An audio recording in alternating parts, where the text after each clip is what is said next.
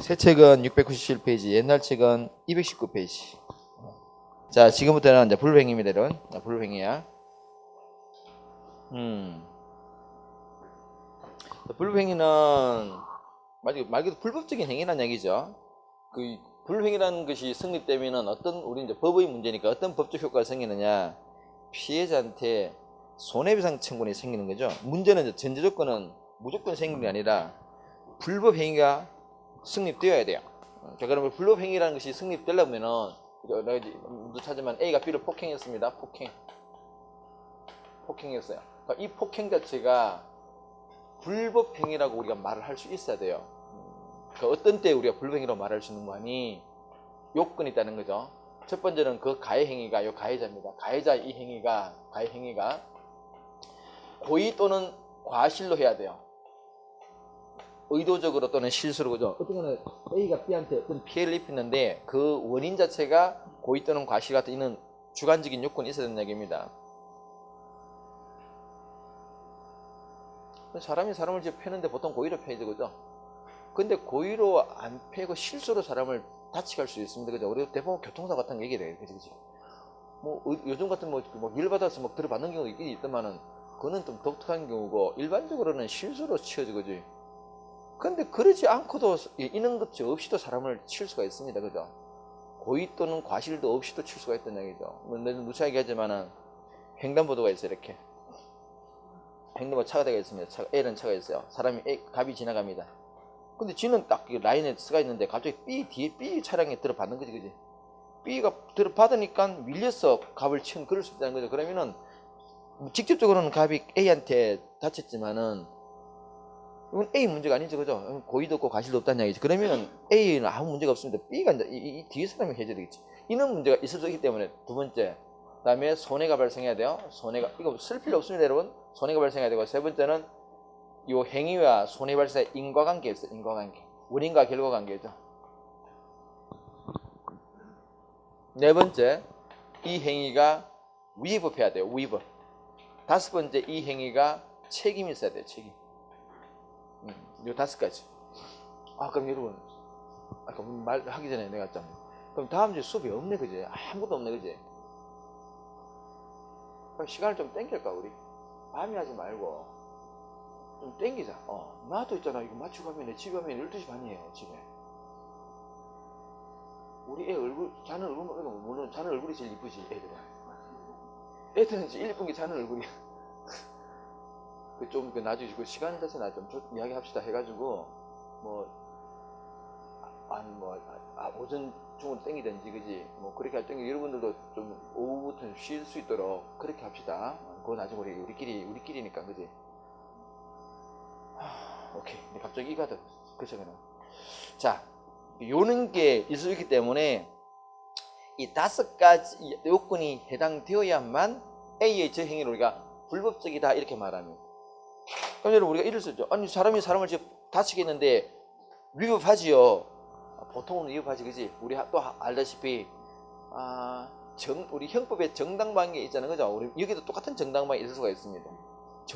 혹시나 이 가해 행위가 정당방위에 해당되지 않을까? A가 G를 폭행했는데 B가 다쳤는데 알고 봤더니 얘놈이 강도야. 강도가 먼저 공격하니까 반격으로서 폭행했다. 그러면은 우리가 형법에서 보다시피 A의 G 행위는 형법에서도 정당방위로서 책임을 안 묻잖아요, 그죠? 마찬가지로 민법에서도 불법행위가 아니기 때문에 책임을 묻지 않습니다. 똑같은 논리라는 거죠. 또 책임 능력이 있어요, 그죠? 책임 능력. 책임에서 말하는 책임 능력에서 우리 이미 지난주에 능력을 공부했는데 이때 책임 능력은 앞에서 공부했던 의사 능력과 거의 가장 유사한 개념입니다. 의사 능력이 뭐였습니까? 정상적인 판단 능력이었죠. 그래서 우리 계약할 때 정상적인 판단을 가지고 계약한다. 그때 그 정상적인 판단 능력을 의사 능력 이렇게 표현할 뿐이고죠. 불법적인 영역에서 A한테 책임을 묻게 되면은 묻기위해서는 네가 정상적인 판단 하에서 폭행했다. 그러니까 너가 왜 그랬니라고 우리가 비난합니다. 그래서 우리 말은 똑같은 말이야, 그죠? 똑같은 말이야, 그지? 정상적인 판단 능력. 근데 우리 약간 기준이 약간 높다 그랬습니다, 그죠? 그리고 우리 의사 능력은 아주 아이라든지 영유아를 보통 없는 경우인데 요거는 그보다 좀 나이가 높다, 그죠? 그래서 한 10살, 11살 정도를 기준해 가지고 획일적인 기준은 아니지만 일반적으로 그 정도 기준에서 그보다 나이가 많으면 책임 능력이 있다고 보고죠. 그보다 없으면 낮으면 책임 능력이 없다고 이렇게 약간 기준이 높다는 것도 기억해야 돼요. 오케이. 나아가서 이게 이제 소송에서는 입증해야 돼. 입증. 누가 증거를 입증 책임이 있느냐. 달리 말하면 누가 이걸 증명해야 되는 거죠. 다툼이 있을 때 누가 증명해야 되는가? 누가요? 피해자. 피해자죠. 우리가 이거를 피해자가 이제 달리 말하면 채권자입니다. 자기가 채권을 확보하려 그러면은 지가 입증해야 돼. 여기서 나 항상 말하다시피 문제가 많아요. 특히나 요 과실 그리고 인과관계 입증하는 게 대단히 어렵다 그랬습니다. 항상 말한 거지만 그지.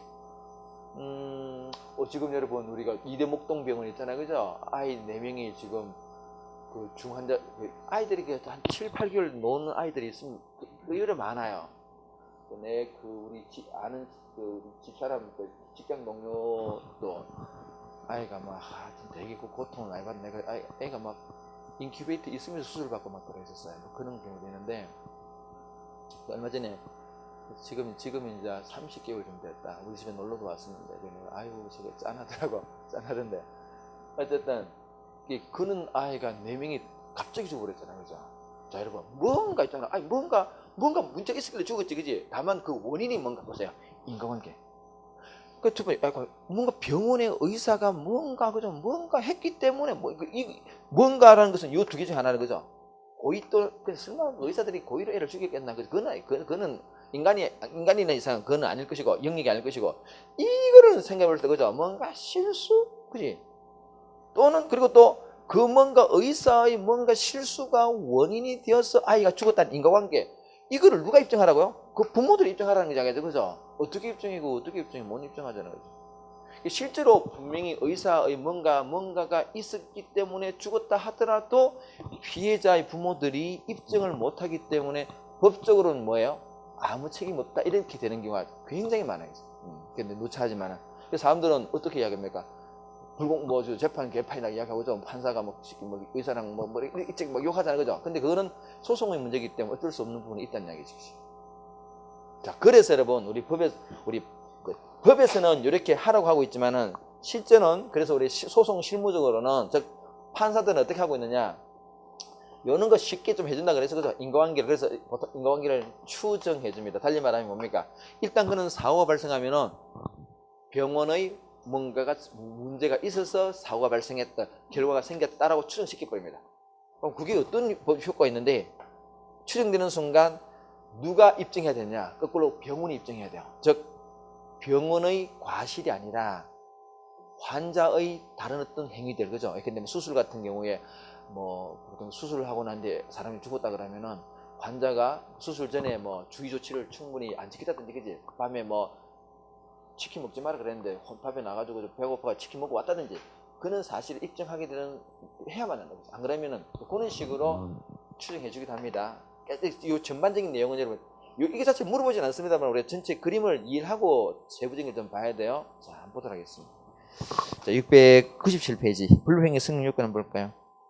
여러분 그 의의 첫째 중간에 보시면은 불회라는 게 왜 중요하냐? 이게 손해배상 청구권의 원인이죠, 그죠? 발생 원인이야. 근데 그 손해배상 청구권의 성격이 뭐냐? 채권이에요. 우리 지난주에 물건 채권 공부했죠. 그래서 이게 채권이 가장 대표적인 게. 그래서 첫째 줄 중간에 봐봐요.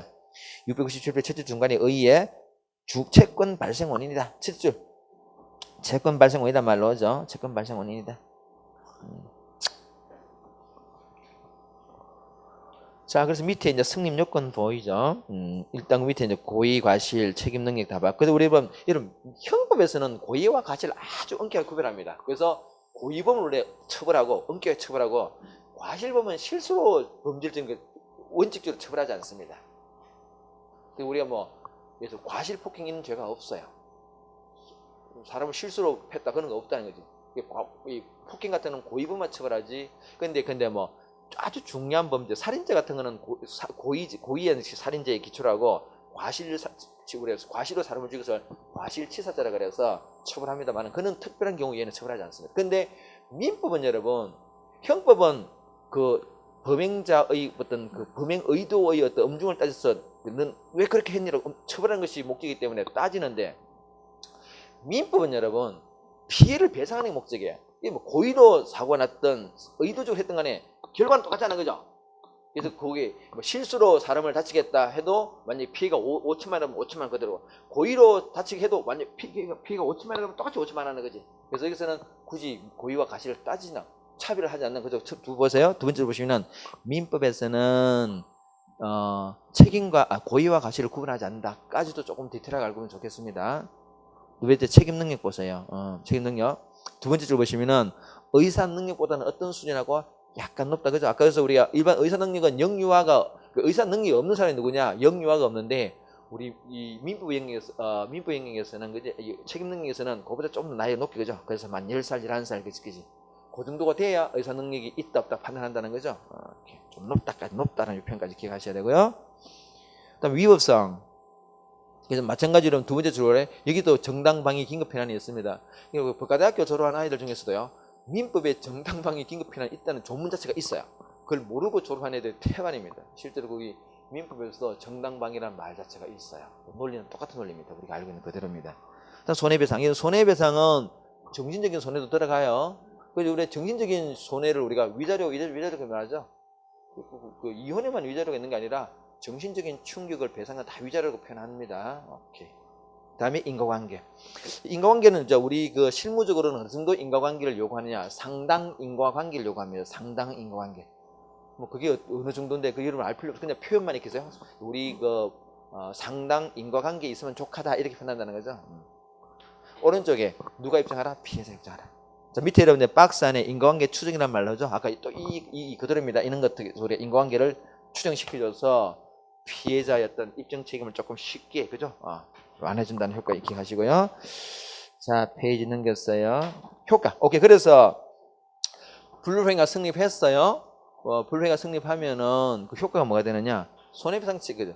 그 불행이라고 인정되면은 그 효과로서, 그래서 우리 법이라는 게 사실은 우리 법이라는 것 자체가 그 논리적인 구조가 if 문장이라 항상 말하면 if 문장입니다. 그래서 뭐 우리가 영어에서 if 같으면은 만약에 뭐뭐 하다면은 then 이런 말로 하자는 거죠. 그래서 이렇다면은 그 효과로서 그래서 불법행위 요건을 충족시킨다면은 그 효과로서 손해배상이 이렇게 생긴다는 거죠. 이게 법이라는 것 자체가 있는 논리 구조를 가지고 있습니다.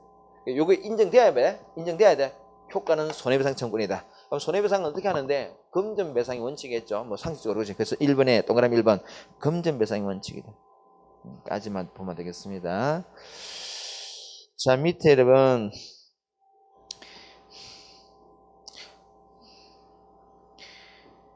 그 후발손해란 말이 있죠. 그 박스 세 번째 칸에 후발손해, 여러분 이거 휴증이에요. 휴증도 손해배상이 들어가 해줘야 돼요. 휴증도. 후발손해가 휴증입니다.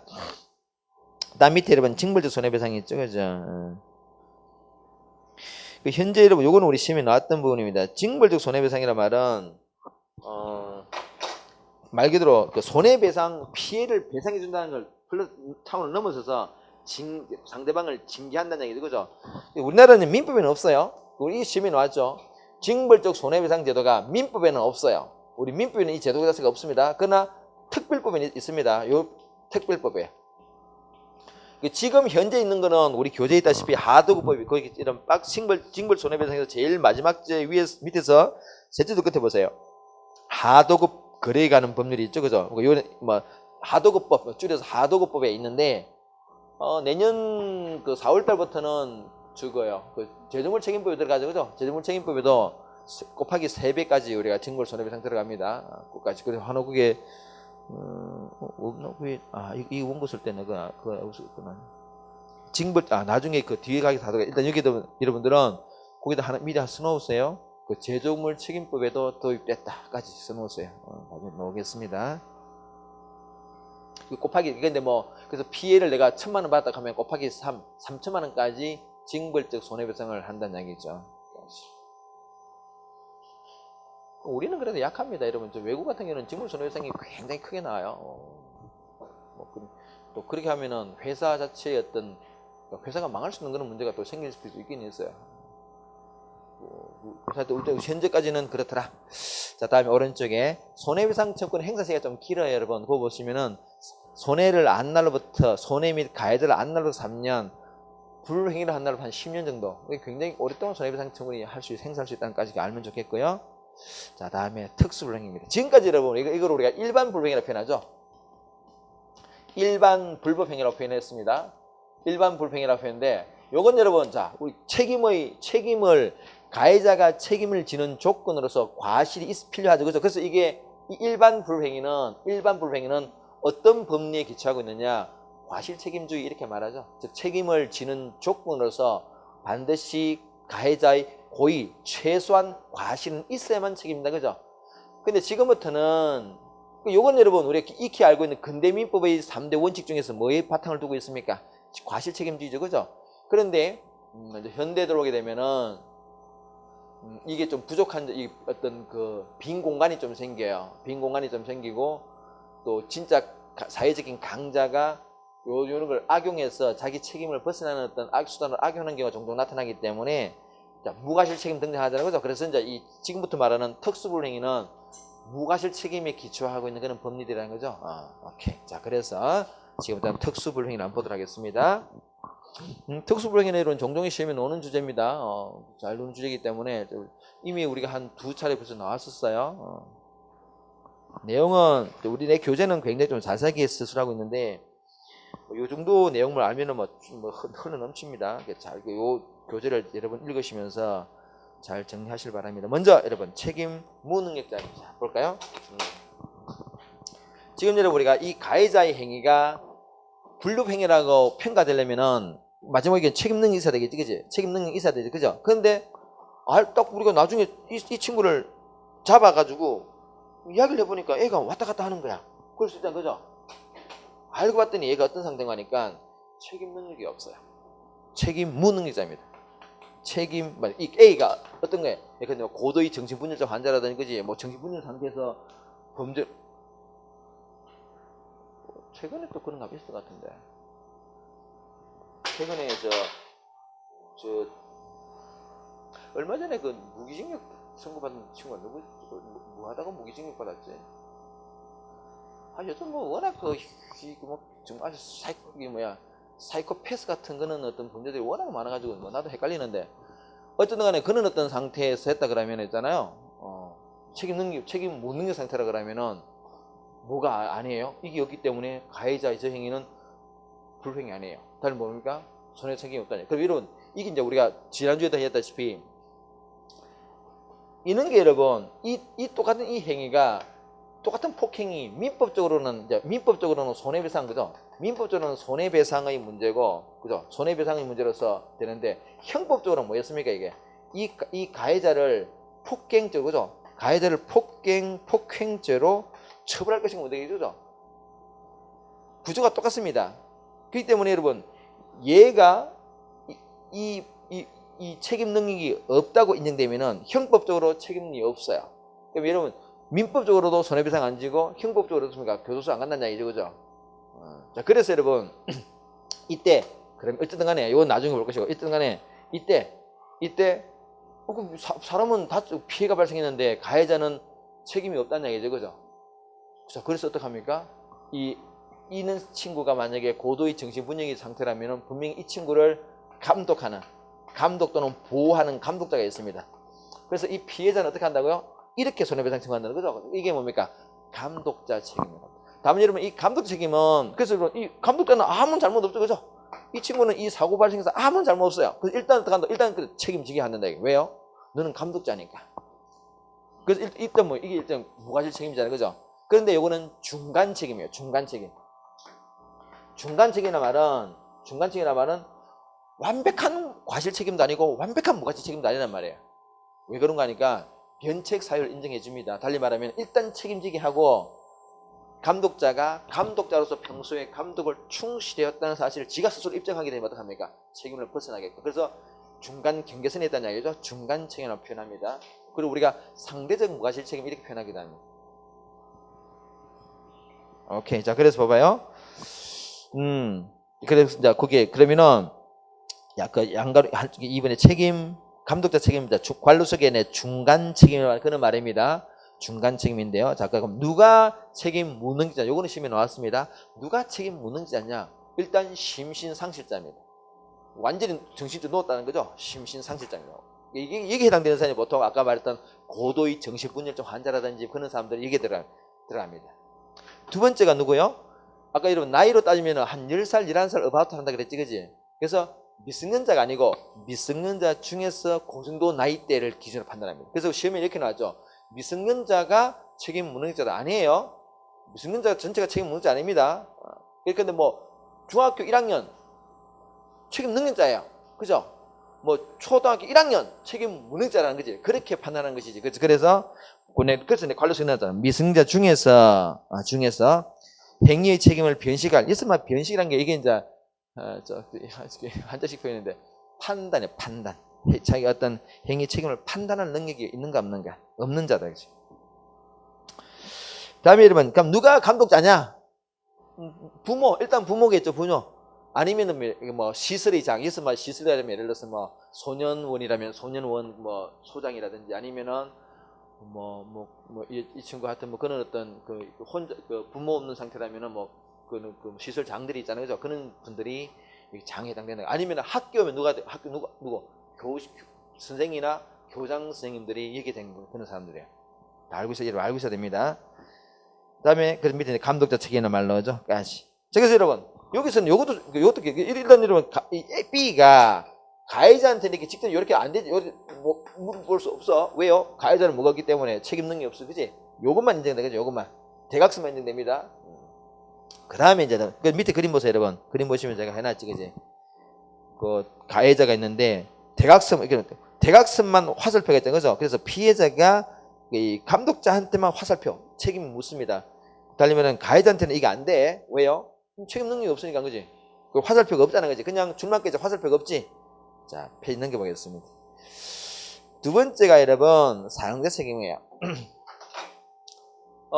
A가 누군가니까 뭐 전에 했듯이 이거는 얘가 배달하는 친구예요. 배달하는 친구. 알바생. 뭐 피자 가게에서 피자 배달하는 알바생입니다. 뭐 한 달 동안 방학 동안에 뭐 알바해가지고 어디 지가 사고 싶은 것 또는 여행 가려고 용돈을 마련하려고 하다가 배달하다가 횡령을 치렀다는 얘기죠. 교통사고 이렇게 했습니다. 딱 그런 사건이에요. 자, 그럼 여러분 일단 직접적인 가해자는 A입니다. 그지? 그래서 교통사고 당했습니다. 그러면은 이 A의 이 가해자의 행위를 이게 다 비춰보면은 과실 있고 손해도 생겼고 인과관계 있고 뭐 위부 책임 다 있어요. 일단 뭐 어떻습니까? 그럼 피해자는 가해자 손해배상 물어볼 수 있겠죠, 그죠? 책임을 추궁할 수 있습니다. 그래서 내가 여러분 문제는 있잖아요. 법적으로 권리가 인정된다는 것과 실제로 배상받는 것은 전혀 별개의 문제죠, 그죠? 왜요? 상대방이 돈이 있어야 배상받지, 그지? 권리 백날 있었다 말해봤자 뭡니까? 상대방이 빈털터리면 아무 짝수가 없죠, 그죠? 자, 이때 우리 법에서는 그런 서간의 사정을 예측을 하고 어떻게 입법해놨느냐? 이 A의 이 행위, 이걸 피용자라고 그러죠. 피용자라는 말은 고용을 당했다는 얘기죠, 그죠? 이 피용자의 행위를 통해서, 즉 배달하는 행위를 통해서 누가 경제적인 이익을 취득하고 있습니까? 사장, 그죠? 사장을 우리가 사용자를 표현하죠, 사용자. 자, 그래서 결과적으로는 지친과 배달하면은 그 돈은 사장이 벌기 때문에 우리 법에서는 어떻게 하고 있다고요? 그러면은 A의 저 행위로 인한 저 손해를 사장 니도 책임져라 라고 한다. 사장이 사장이 뭐 들어봐라고 시킨 것도 아니잖아, 그지? 그럼에도 불구하고 일단 우리 법에서 어떻게 하고 있다고요? 네가 책임져라. 다만 이것도 뭐 어떤 성격이 뭐라고? 중간 책임이에요.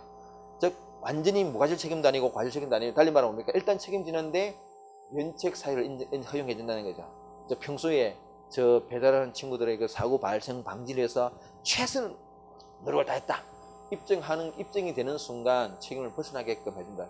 일단은 완벽한 과실 책임이 아니죠, 그죠? 그렇다고 완벽한 또 무과실 책임도 아니야. 그래서 이걸 중간 책임으로 말하더라. 다음은 여러분 여기서 꼭 기억하실 부분은 여러분 사장이 이 결과에 대해서 책임을 지기 위해서는 논리적으로요. 이 배달하는 친구가 사장을 위해서 일하다가 사고를 해야 되지, 그지? 사장을 위해서 일하다가 사고를 했으니까 사장님도 책임져. 이 논리적 구조잖아요, 그죠? 근데 이 친구가, 이 A가 사장을 위해서 일하다가 아니고 지가 개인적으로 놀러 가다가 사고 내기까지 사장이 책임질 이유가 없겠죠, 그죠? 그래서 이게 인정이 되어야만 요게 인정되지만 이게 그리고 또요. 그리고 두 번째 또 이게 전혀 인정 안 되면 어떡해요? A가 책임질 이유가 없다면 사장도 책임질 이유도 없겠지, 그죠?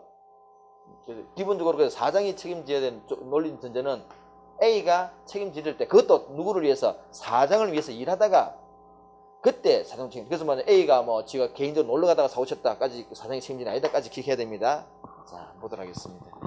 사용자 책임이에요. 그럼 밑에 동그라미 2번에 보시면은 사용 책임의 승인 요건 나옵니다. 그지? 일단 사용 관계가 존재해야 되고요. 두 번째 사무집행 관련성입니다. 여기 여러분 두 번째 점 보세요. 예를 들어서 가게 배달부가 배달 도중에 행위를 취했을 때는 사장도 책임지지만은 그냥 지가 그냥 개인적으로 물건을 훔쳤다. 그것까지 우리가 사장이 책임지는 거 아니에요. 다음 밑에 세 번째 칸에 보세요. 두 번째 점은 이랬네. 예를 들어서 피용자에게 고의 또는 과실이 없다. 이 말은 뭡니까? 이 A가 B한테 책임질 이유가 없다는 얘기죠. 그때는 사장도 책임 안 집니다. 자, 그래서 과실 없는 경우는 사용자 책임은 당연히 성립받는다. 그죠? 그것까지 기억하시길 바랍니다. 그래서 여러분, 요게 만약 인정되면은, 여기 인정되면 요것도 인정되고, 요것도 인정돼. 그럼 양자의 책임은, 이 둘의 책임이 어떻게 되냐? 이게 공동불행이 됩니다. 공동불행이 돼요. 공동불행이 된다 말은 어떤 법적인, 실익이 있는 거니까, 피해자는 A한테도 청구할 수 있고, 사장한테도 청구할 수 있다는 말입니다. 만약에 피해가 뭐 1,000만이 나왔습니다. 그러면은, 피해자는 직접 가해자인 배달원한테도 1,000만 원 청구할 수 있고 사장한테도 1,000만 원 청구할 수 있습니다. 맞아, 이걸 이렇게 오해하면 안 돼요. A한테도 1,000만 원 받고 사장 1,000만 원, 그 토탈 2,000만 원 생긴단 말이 아닙니다. 둘 중에 어느 한쪽에서 그냥 1,000만 원 받으면 끝난다는 얘기입니다. 까지. 그게 공동불행이라는 말의 효과입니다. 그래서 밑에 동그라미에서 한번 보세요. 사용자, 비용자 본인의 책임은 공동불행이다, 그지? 자, 그래서 밑에 그렇더라. 공동불행입니다. 그래서 오른쪽 그림 보세요, 여러분. 오른쪽 그림은 화살표가 두 쪽으로 가 있어요. 피해자가 가해자 쪽으로 또 화살표 하나 가 있고, 그지? 또 피해자가 사용자 또 화살표가 주어져 있죠. 요렇게 되어 있고, 또 이때 마찬가지로 사용자 책임도 이거 중간 책임까지 내가 말씀드렸습니다. 자, 그 정도 할까요? 넘기도록 하겠습니다. 그 다음에 여러분 나오는 게 공작물 점유 소유자 책임이죠. 여기서 말하는 공작물, 여러분들은 이 공작물 이야기할 때는 그냥 그걸 떠올리셔야 돼요. 세입자, 떠올리세요. 세입자. 공작물은 그냥 뭐 집 이런 거 생각하세요. 집.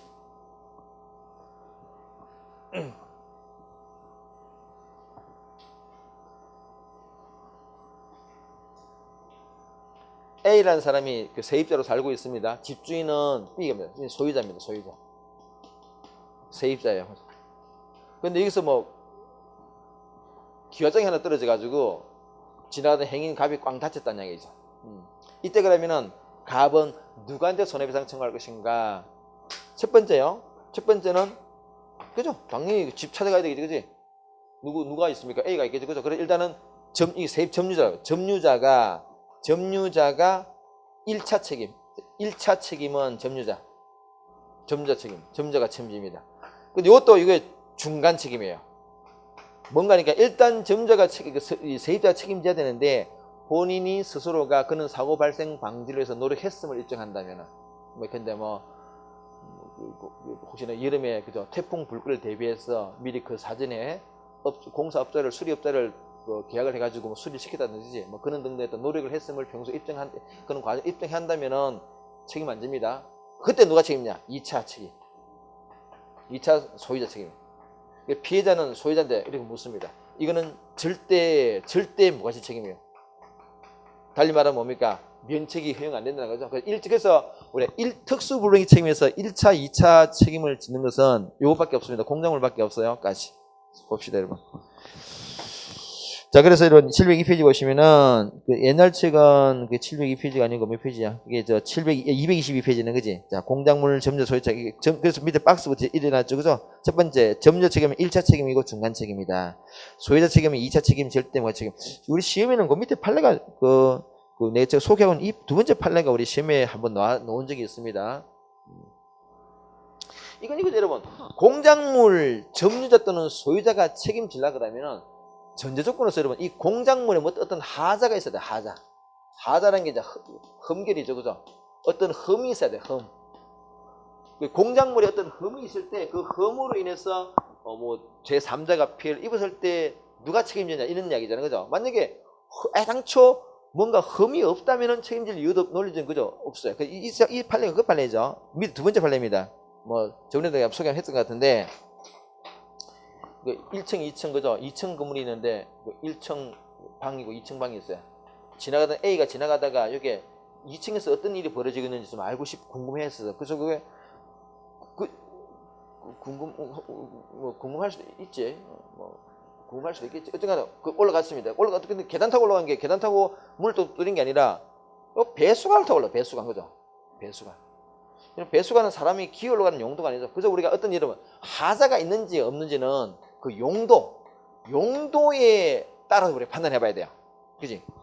만약에 사람이 매달려 올라가는 정도의 그런 구조물인데 사람이 올라가다가 뭔가 좀 부실해가지고 떨어졌다가 하면 그거는 뭔가 흠이 있는 거야.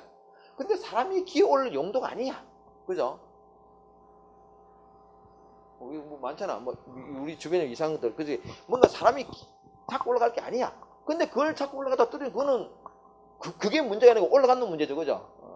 이걸 그래서 여기 기어 올라간 거야. 이렇게. 올라가다가 어땠습니까?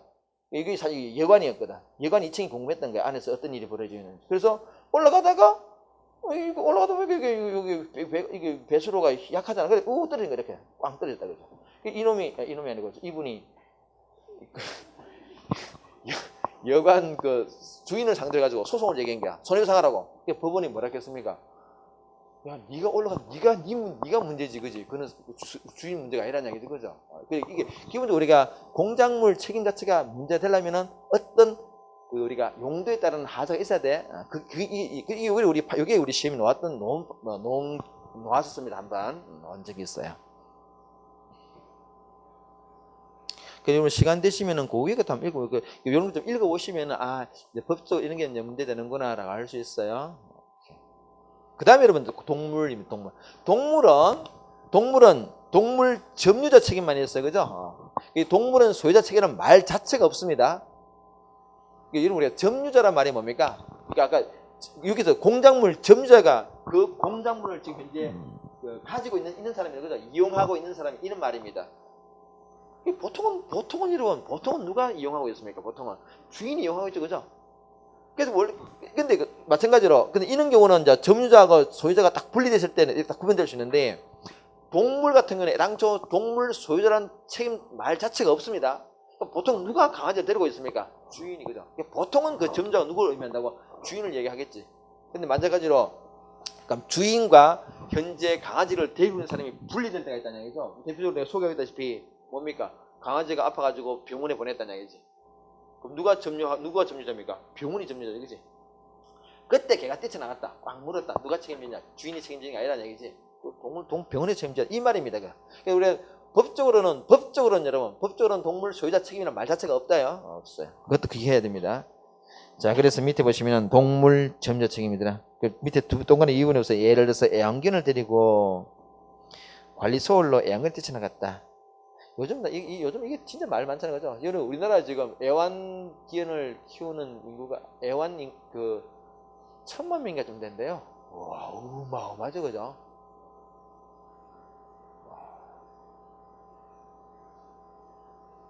1,000만 명.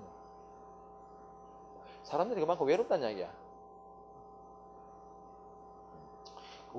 내가 클 때마다 우리 형제가 5형제였어요. 외로울 틈이 없지, 그지? 좀 나를 안 괴롭혔으면 좀 좋겠어, 형제들이.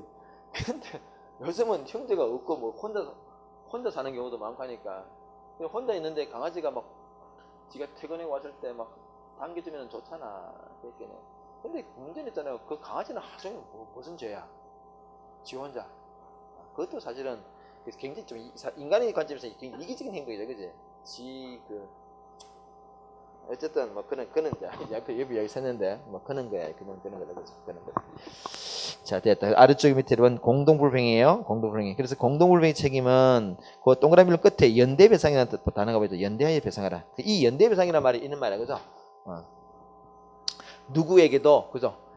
공동이라는 말 뭡니까?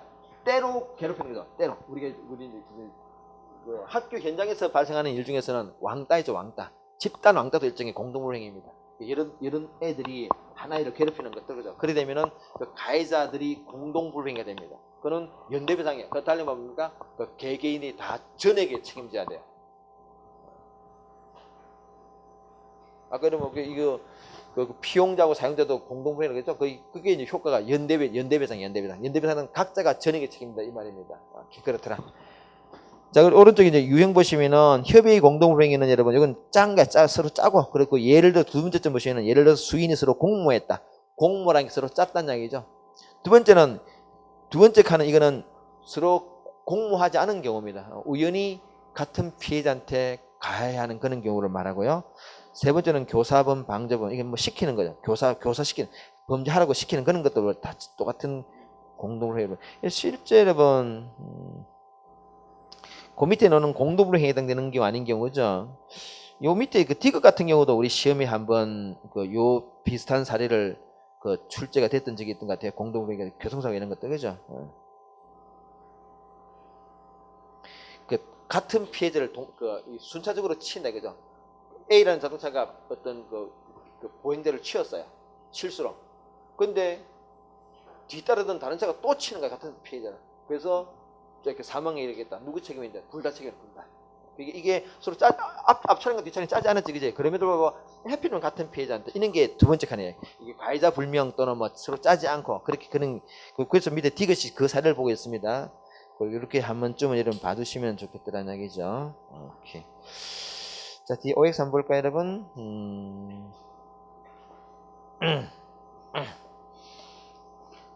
10번 볼까요? 10번.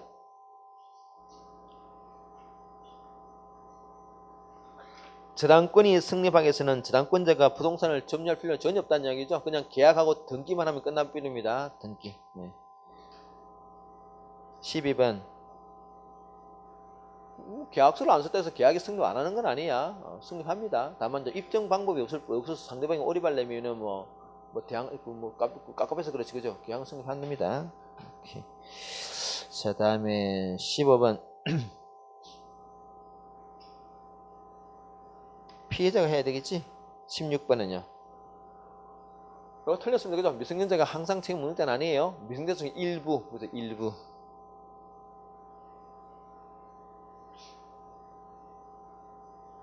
요즘 중2병 그러면 중2병이 걸리면 막 눈빛이 달라진다 그러던데, 중2병 같은 나이가 몇 살이야? 15, 15살이구나. 그럼 15살도 멀쩡하다, 그죠? 책임 능력자다, 그죠? 책임 능력자인데. 가끔 주변에 들어보면 막 애들이 눈빛이 막 달라지는, 그죠? 부모도 갑자기 막 조심되고, 그죠? 애가 왜 저리 됐을까, 갑자기. 걱정하기 시작한다는데, 근데 그때 잠시 하다 그냥 애가 다시 이렇게 크는 과정에서, 그죠? 그런 게 중2병. 자, 밑에 오케이. C급은요. 공작물 소유자는 절대 무과실 책임이기 때문에 면책 사유 이런 게 이제 없어요. 책임 벗어날 수 없습니다. 23번 볼까요?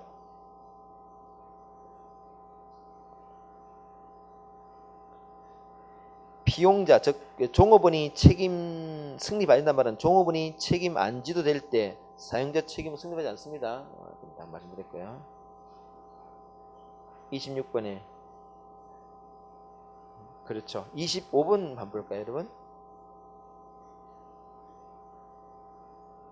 그래서 여기에 손해배상 청구를 행사할 수 있는 시기는 좀 3년, 10년, 그죠? 맞는 문장입니다. 요 자체를 이루는 게 너무 좀 기술적인 지문이기 때문에 물을보는 좀 떨어지지만은 그래도 한번 좀 이렇게 봤습니다. 자, 됐고 이제 페이지 넘겨볼까요, 여러분? 분쟁 해결을 한번 보도록 하겠습니다.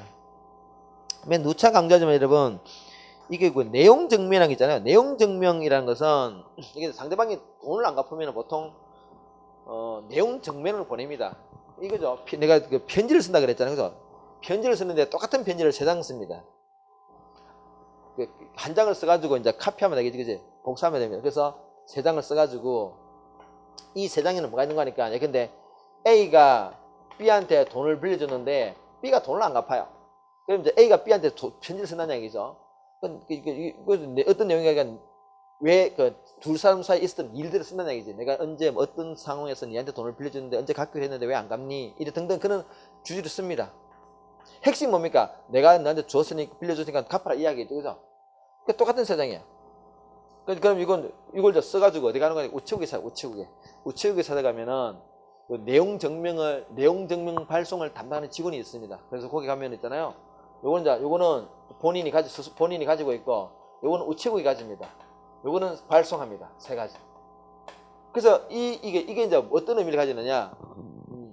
이 내용 증명을 발송했단 말은 이 우체국이 가짐으로 인해서 내용 증명을 보냈는지 안 보냈는지와 분쟁이 생기면 우체국이 이제 어떤 그 중립자 관점에서 입증해 주겠다는 이야기잖아요. 그죠? 이건 여러분, 그 법적으로 어떤 의미냐? 아무런 의미 없어요. 아무런 의미 없어요. 근데 이게 보통 이걸 보내면 상대방한테 어떤 그 심리적인 그 반응을 일으켜나니까, 아, 제가 이제 참을 만큼 참았구나. 조금 더 내가 버팅기면은 소송 들어오겠네. 라는 의미로 인식합니다. 실제로 보통 이 A가 소송을 제기하기 전에, 야, 내가 소송하기 싫어. 나도 하기 싫으니까 니 빨리 갚아라. 이런 용도로 보냅니다. 시험은 여기 나온다는 이야기죠. 그럼 여기서 요 안에서 A가 B한테 돈을 빌렸다는 이야기 있잖아요. 그죠? 근데 여러분, 내용 증명을 보냈다 그래가지고 A가 B한테 돈을 빌려준 게 팩트로 인정되겠습니까? 그건 절대 아니죠. 그 시험에 항상 그게 나온다. 그게 올해 시험에 나왔죠. 나왔습니다. 그 내용 증명서에 기재된 사실 자체가 사실 자체가 인정되는 게 아니랍니다. 그거는 사실 인정은 재판을 해야 나오는 거지, 그지? 두 번째, 여러분, 그럼 내용 증명 꼭 보내야 됩니까? 이거 안 보내도 아무 관계 없어요. 보통은 이게 얘기지. 소송하면 여러분 시간과 돈 많이 들어요. 내가 또 한 1,000만 원 빌려줬는데 상대방이 돈 안 갚아요. 그럼 여러분 그 소송 시작하면 있더니 변호사 비용이 더 들어요. 보통 변호사 있잖아. 요즘 아무리 변호사가 그도 차인다 하더라도 그래도 몇백만 원 줘야 되잖아. 우리 재판은 1심, 2심, 3심 알잖아, 그지? 그거 이렇게 변호사한테 500만 원 준다 그러면 그게 500만 원 주면 1심, 2심, 3심까지 다 해주는 게 아니에요. 1심만. 2심 가면 또 해줘. 그러면 그걸 안 받고 말지, 1,000만 원. 그것도 기간도 한 2, 3년 걸리잖아, 그지? 그래서 그렇게 A 입장에서도 하기 싫어. 그게 상대방 협박하는 게, 야, 니 있잖아, 안 주면 내 소송 제기할 거야. 라고 그냥 하면 지르는 거야. 그럼 상대방다. 아, 그래, 알았어. 보통 그래서 좀 마음 약한 사람은 갚습니다. 마음 약한 사람 갖고, 막가기로 무는 사람들은 에라, 니가 내용 증명 모르겠다, 난 모르겠다 하고 뱉더라 이렇게 놓지만은, 보통 마음 약한 사람은 돈을 갚아요. 그런 용도로 쓰는 거야. 그래서 여러분, 내용 증명 안 보내도 아무 문제 없습니다. 내용 증명 꼭 보내야 된다. 내용 증명을 안 보내면 소송을 제기할 수 없다. 땡 틀린 점이라, 그지? 그런 게 나와서 시험에 나온다는 얘기. 한번 보도록 하겠습니다. 자, 보겠습니다. 거기에 있네. 세 줄 끝에 단 내용 증명을 발송했더라도 사실관계가 확정되는 것은 아니다.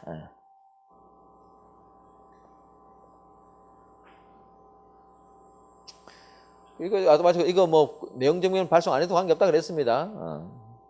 두 번째, 조정제도는 여러분, 둘이가 막 싸워. A는, 야, 니한테 100만 원 빌려줬잖아. B는 나는 50만 원밖에 안 빌렸잖아. 이렇게 서로 싸웁니다. 그럼 법원에서, 야, 니들 그래서 싸우지 말고, 한 75만 원으로 쇼봐. 이게 조정제도죠. 법원이 중간자로서 조정안을 제시해주는 거죠. 그게 조정입니다. 판사들은 이게 되게 좋아해요. 왜냐면은, 판결문 안 쓰기 때문에. 여러분, 판사들이 제일 싫어하는 게 판결문 쓰는 거예요. 웃기지, 그지? 왜냐면 여러분, 판결문 쓰려면 당신 이겼다 그러면은 뭘 해줘야 돼요? 이겼다고 말하는 이유를 설명해 줘야 되는 거야. 그게 되게 어려워요. 왜냐면 증거 중에는 모순된 증거가 굉장히 많거든. 그 모순된 증거를 다 정리를 하고 한쪽으로 몰아주려고 그러면 되게, 아무리 여러분 금액 자체가 사송금이라 하더라도 법리적으로 골 때리는 사건들이 굉장히 많습니다. 이 사건은 아무것도 아닌데 이 판결문 쓰기가 너무 어렵기 때문에 판사들은, 당신들 막 그러지 말고 그냥 합의 보세요. 이렇게 그래서 끝내버려.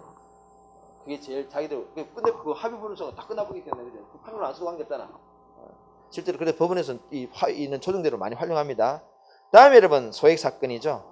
소액 사건은 우리 3천만 원, 이런 거기 옛날 책은 20만 원인데 3천만 원입니다. 3천만 원보다 적은 액수를 이제 지금 우리 소액 사건을 보고요. 요거는 이제 사건을 간단한 사건이라 봐서 재판을 한 번 하고 말아버립니다. 여러 번 하지 않습니다. 한 번 하고 정리한다.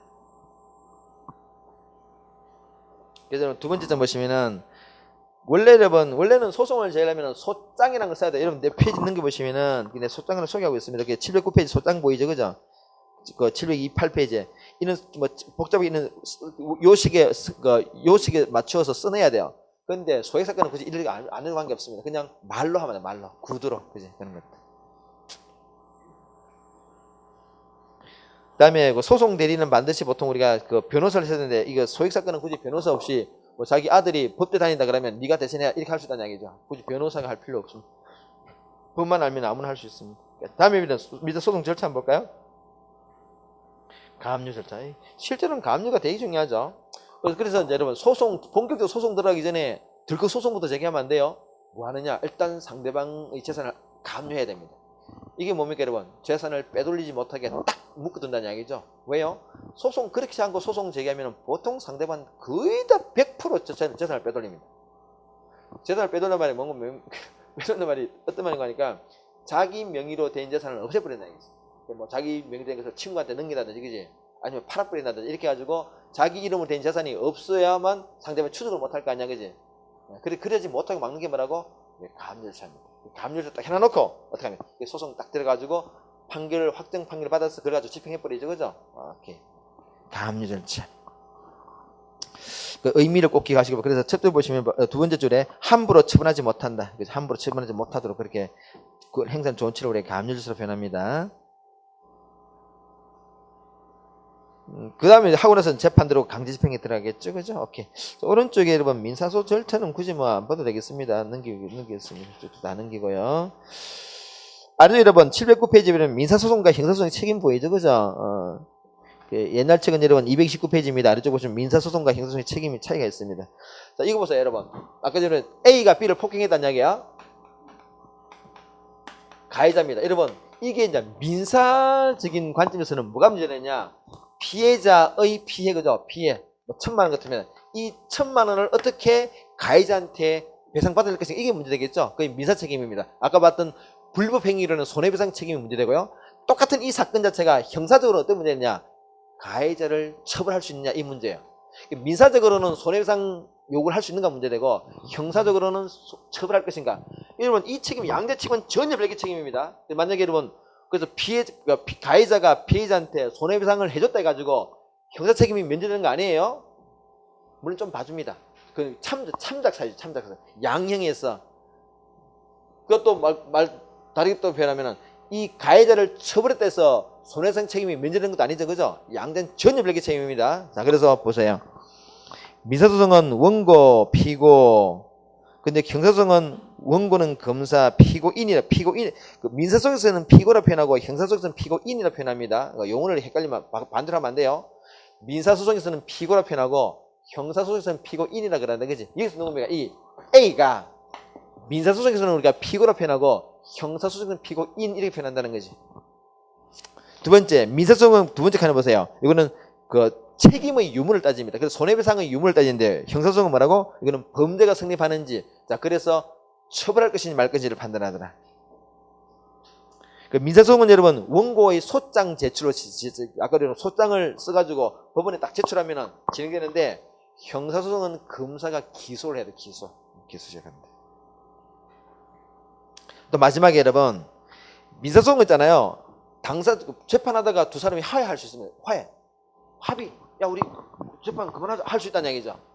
그런데 형사소송은 일단 시작되면은 당사자끼리 합의 못 봐요. 그냥 그대로 진행됩니다. 그래서 끝까지 끝을 봐야 돼. 뭐 이랬는데 당사자의 합의와 무관하게 재판이 끝까지 진행됩니다.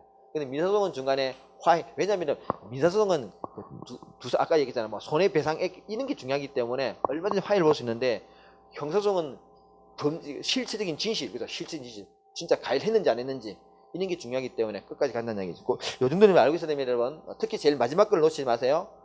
합의로, 당사자 합의로 재판을 끝낼 수 있냐 못 끝냈냐, 이게 어떻게 보면은 중요한 부분 중에 하나입니다. 양자의 차이점 중에 하나예요. 오케이. 자, 이제 그 정도 하시고 OX까지 하고 좀 쉬겠습니다. 오른쪽에 핵심 이겁니다. 13번 볼까요?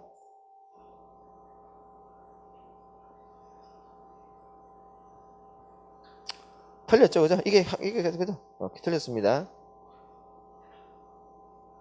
10번. 또 민사소송은 반드시 그치 있는 것도 아니에요. 뭐 조정 자체는 그러니까 법원에 조정해 줄 수도 있고 안 줄 수 있는데 꼭 뭐 논리적인 선결관계는 아니라는 얘기지, 그지? 아닙니다. 15번 볼까요? 이거는 맞는 문장이다, 그죠? 오케이, 잠시 끊겠습니다.